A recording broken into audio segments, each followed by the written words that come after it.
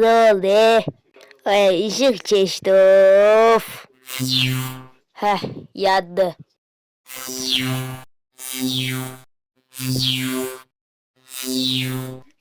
Ha ne olur Ala sen de gari sana burada 2 saatlik ışıklar söndür yanıyor. Görmüsən Murat robot düzəldirəm. Ne robotu ya da boş boş işlerle de uğraşsan. Ne cevap vermişsən sen bu parçalara?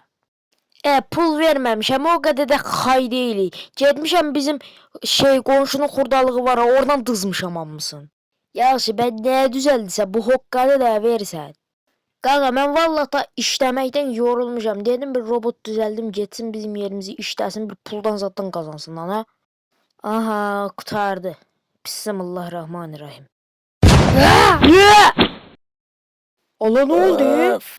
Evet bilirdim de bu işin bir hatası çıkacak. Qaqa ben her şeyi düzgün elədim bu niye partladı? Gör düzgün eləmirsən belədir. Düzgün eləməsən gör də olardı. Oradayım lan. Allah bunun sesi niye böyle çıkıyor? Ecet bunun sesini değiştirse de cevata bir yavır eləyər he bizi. Düzelttim. Oğlumun oradayım mənə cevap verir. Redet sesini de düzelttim, robotu da düzelttim, Fısatay. Adı nədir bəs? Hə, bax onu fikirləşmədim. Əlifsat olsun məncə. Buradaysan Əlifsatdadır. Hə, Asaddısa sən tap. Zayka. Zayka halası uğradı. Soyadı da Xarabişov olsun. Allah həssənə çox kilvəlad oldu ya. Zayka Xarabişov. Allah mən bu robotu bizə kömək eləsin deyə yarattım. Tayca da mane olur Deyəsən biraz çox özümü oxşatdım. Amma dursun ana hurda parçası. 200 manat verdim bunun parçalarına. Mən yazın ətər atım bunu. Hələ RT'də 40 manat dedim başıma Nezlon tavayı vurdu. 200 manat desəm yəqin ki roketlə başıma vurardı. Ay mən başa düşmədiyim bu robot niyə partladı ola? Başına bax yanar dağı kimi yarıq açıldı başında.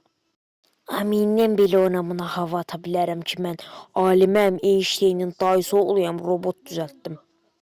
Ala bu robot insan deyil bu nətər yatır.